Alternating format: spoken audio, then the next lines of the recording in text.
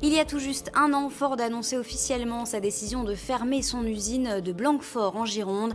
Un an plus tard, où en sont les 849 salariés? Que va devenir le site de l'usine? Avant notre grand débat à avoir demain, on fait le point dans ce journal. Il y a un an, jour pour jour, Ford officialisait sa volonté de fermer son usine de Blanquefort. Le grand débat, c'est demain soir sur TV7 avec tous les acteurs du sujet, élus et syndicats. Mais un an après, justement, où en sont les 849 salariés de l'usine? On fait le point avec Franck Poirot. Saint-André de Cubzac, le 11 octobre dernier, la salle du Forum accueille un job dating à destination des demandeurs d'emploi de la Haute-Gironde. Parmi eux, des ex-salariés de Ford Blanquefort, 60 d'entre eux habitent ce secteur du département. Dans les allées de ce salon, le cœur n'y est pas, les ex-Ford refusent toute demande d'interview filmée. Hors caméra, ils se disent préoccupés pour leur avenir et celui de leur famille. Vont-ils réussir à retrouver un travail et surtout à quelle hauteur de rémunération? L'un d'entre eux a toutefois bien voulu répondre à quelques questions. Abdel Belaïd a travaillé 30 ans à Ford Blanquefort comme tourneur-fraiseur. À 51 ans, cet ouvrier est exactement dans l'âge moyen des 849 salariés de l'usine. Dans sa bouche, l'impression amère de devoir repartir à zéro. Mais on le sait, tout le monde le sait ça. Mais bon, est-ce que c'est vraiment... C'est pas ça qui me... Pour moi, c'est en second, ça. D'abord, c'est trouver du travail.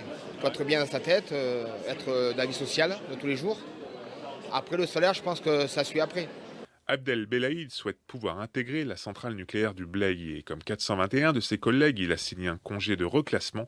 Il lui permettra de toucher 80% de son salaire durant 1 an et demi et d'être accompagné dans sa recherche de travail. Une démarche qui a permis pour 60 ex-Ford de retrouver un job, mais c'est l'arbre qui cache la forêt. Sur les 849 salariés, 248 ont été placés en pré-retraite, 49 sont en arrêt maladie longue durée, 73 en congé sans solde et 45 en formation longue durée. Sur la soixantaine qui ont retrouvé une activité, 27 ont signé un CDI ou un CDD ou une mission de travail temporaire, 15 ont été transférés vers l'usine Getrag, dont Ford est actionnaire à 50%. 15 autres ont pris les 20 000 € proposés par Ford pour les aider à monter leur entreprise. Toutefois, aujourd'hui, 359 salariés girondins du constructeur automobile américain se retrouvent sans solution. Le dernier volet de ce plan de sauvegarde de l'emploi concerne la formation professionnelle. Ford a constitué une cagnotte à destination de 400 de ses ex-salariés.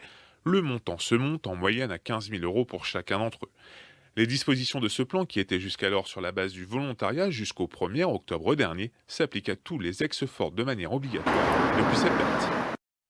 L'après-Ford, c'est le thème de notre grand débat diffusé donc demain soir à 18h sur TV7. Un débat, vous le verrez, qui a donné lieu à des échanges un peu vifs concernant notamment le rôle que les pouvoirs publics ont joué ou non dans cette affaire. Écoutez. Ce qui met en colère, c'est que vous êtes en train de dire ouais, on va y arriver, non, on n'y arrivera pas, ça sera grave, ça laissera des traces dans la région. Donc après, le problème, c'est pourquoi face à Ford, pourquoi, y compris l'État français, pourquoi il n'y a pas eu Ford, c'est fini, vous n'avez pas le droit de faire ça. Il ne faut pas faire rêver les gens, parce que quand on les fait rêver, le réveil est parfois douloureux. Moi, en effet, j'aurais pas pu me regarder dans la glace le matin avec un repreneur bidon. Je le dis très tranquillement. C'est que l'État aurait pu prendre le terrain et l'État aurait pu prendre en main l'outil de travail. Les collectivités ont négocié de la meilleure façon. Ce qui est important de savoir aussi, c'est qu'on reprend la main avec ça. Et que si on s'était mis dans une insécurité juridique, j'entends le message de M. Poutou, je l'entends, par une action judiciaire. On était dans une insécurité. Ah bon? Mais bien sûr. Quand est-ce qu'on était sûr d'avoir une décision d'un tribunal? C'est pas légitime de réclamer l'argent que Ford a volé? C'est pas légitime. C'est pas légitime. Je vous dis qu'on aurait été dans une insécurité. Qu'est-ce qu'on aurait fait? Un chômeur qui perçoit trop d'argent, excusez-moi, un chômeur qui perçoit trop d'argent, on récupère. Et là, Ford perçoit trop d'argent, et puis là, personne ne récupère, et c'est de l'insécurité juridique. Bien sûr. Parce que là, mais parce que la montre tourne.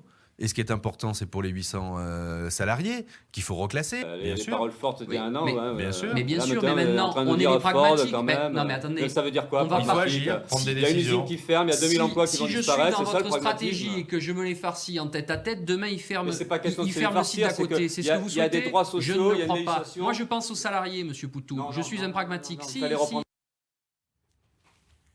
Voilà le débat à voir en intégralité demain à partir de 18h sur TV7.